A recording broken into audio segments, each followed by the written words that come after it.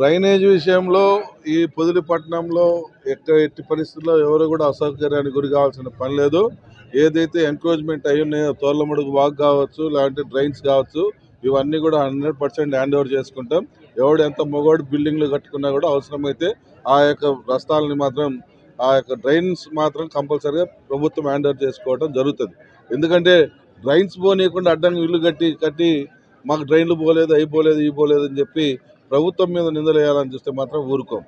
ఎందుకంటే ఈ ప్రభుత్వం ప్రజల ప్రభుత్వం, కష్టపడి పనిచేస్తూ ఉంది.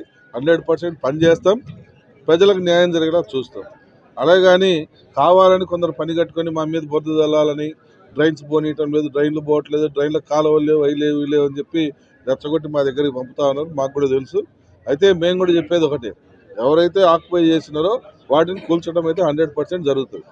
ప్రభుత్వ భూములు, కాలువలు, డ్రైన్ల మీద, పోతే వాగుల మీద, వంకల మీద ఇల్లులు, కాలువలు కట్టుకొని ఆక్యుపై చేసుకుని కట్టుకొని ఈ మా ఊడి ఒప్పుకోమంటే గవర్నమెంట్ భయపడదు. మాకు ప్రభుత్వ పరిపాలన సౌలభ్యం కోసం, పరిపాలనకు ఇబ్బంది లేనటువంటి చేసుకుంటే మేము ఎవరు అబ్జెక్షన్ పెట్టం. కానీ మీరు ప్రజలకు ఇబ్బంది కలిగేటువంటి వాటిని మీరు ఎంక్రోచ్ చేసేసుకొని ఇది మా రాజ్యము, మా ఖాందానా అని అంటే మాత్రం ఊరుకునే సమస్య లేదు.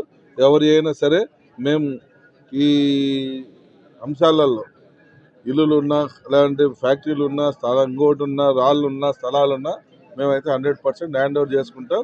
ప్రజలకు అసౌకర్యం కలగకుండా చూసుకునేటువంటి బాధ్యత అయితే 100% చేపడతాం. Thank you.